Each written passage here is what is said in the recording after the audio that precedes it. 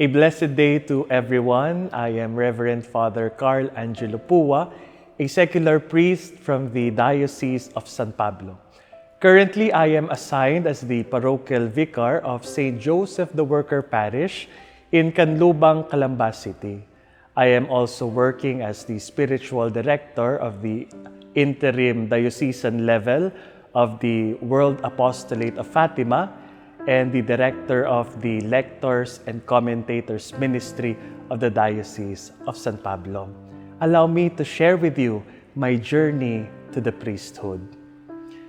When we were young, I know all of us were asked of the question, what do you want to become when you grow up?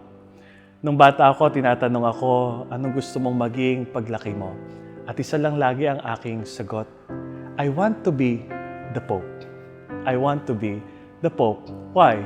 It was sometime in 1995 when Pope John Paul II visited the Philippines for the World Youth Day, and I was watching the television, and there I saw this man dressed in white, waving his hands in a sea of people cheering and lauding him. And I asked my aunt, Tita, sino yung taong yon? And my aunt told me, he is the Pope. I said to myself, I want to be the Pope. I want to be the Pope. So every time I am asked, what do you want to become? I would say, I want to be the Pope, innocent as I am.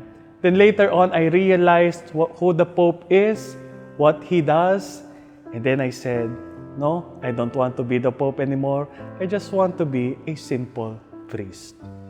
High school came, I got hooked with a lot of friends, and things changed. I wanted to be a singer. I wanted to be a lawyer. I wanted to be a teacher, an educator. But all those things changed when I joined a charismatic community in the church. I joined the youth ministry in our parish. I got engaged in a lot of organizations and spiritual activities.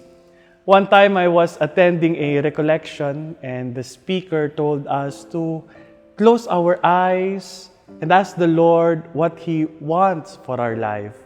I asked the Lord to show me my future, somehow my future. And when I opened my eyes, I saw a dim picture of a man dressed in black cassock, a lot of children below him, surrounding him, something like the image of Don Bosco that we see nowadays. But when I looked at the face of that man, I saw my face and tears fell in my eyes, and the rest is history. I entered the seminary after taking college, and after 12 years, I was ordained a priest. At this recording, I am celebrating my 11th month, and by December, it would be my 1-year anniversary in the priesthood.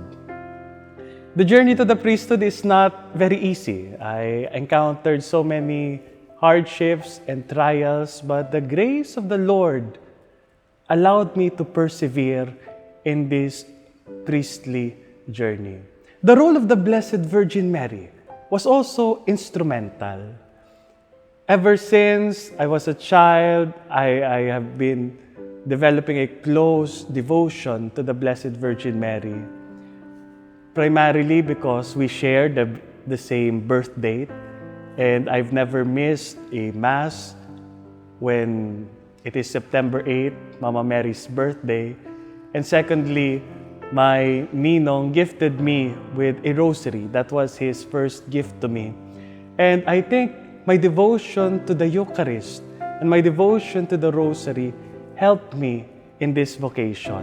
And I'm sure Mama Mary did help me in this priestly journey. I remember one time, one of the hardest moments in the seminary, I was about to graduate. It was my last year when I faced a very difficult trial. Muntik na akong lumabas. Muntik na akong palabasin. And I asked the Blessed Mary to help me in my vocation. Sabi nung pare, pinayagan niya ako that day, umattend ka nung canonical coronation of the Virgen de la Rosa in Makati. And that was a truly inspiring moment for me. There I regained my vocation.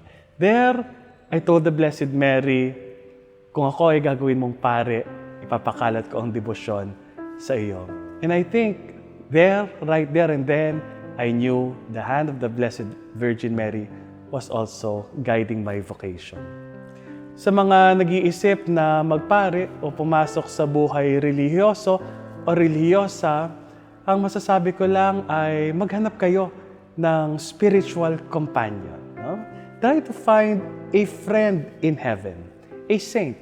For example, in my journey, it was not only the Blessed Virgin Mary who helped me, but my personal patron saint, who is Saint Therese of the Child Jesus, a Carmelite nun who lived for 24 years. And I entrusted my vocation to her. Lagi kong sinasabi sa kanya, Saint Therese, kung ako ay para dito sa buhay na ito, tulungan mo ko. Lagi mo akong padalhan ng rosas. And true enough, she never failed. She would always bring me a rose as a sign that I am on the right track, that I am on the right road. And after 12 years in the seminary, after all those dreams, I am here as a priest. Hindi pa dito natatapos sapagkat mahaba pa ang pagdadaanan.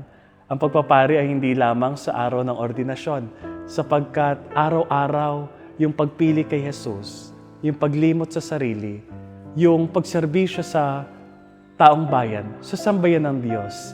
Ito ay pagpapalang nanggagaling sa Diyos at ito ay araw-araw nagpagtugon sa pagtawag sa Kanya.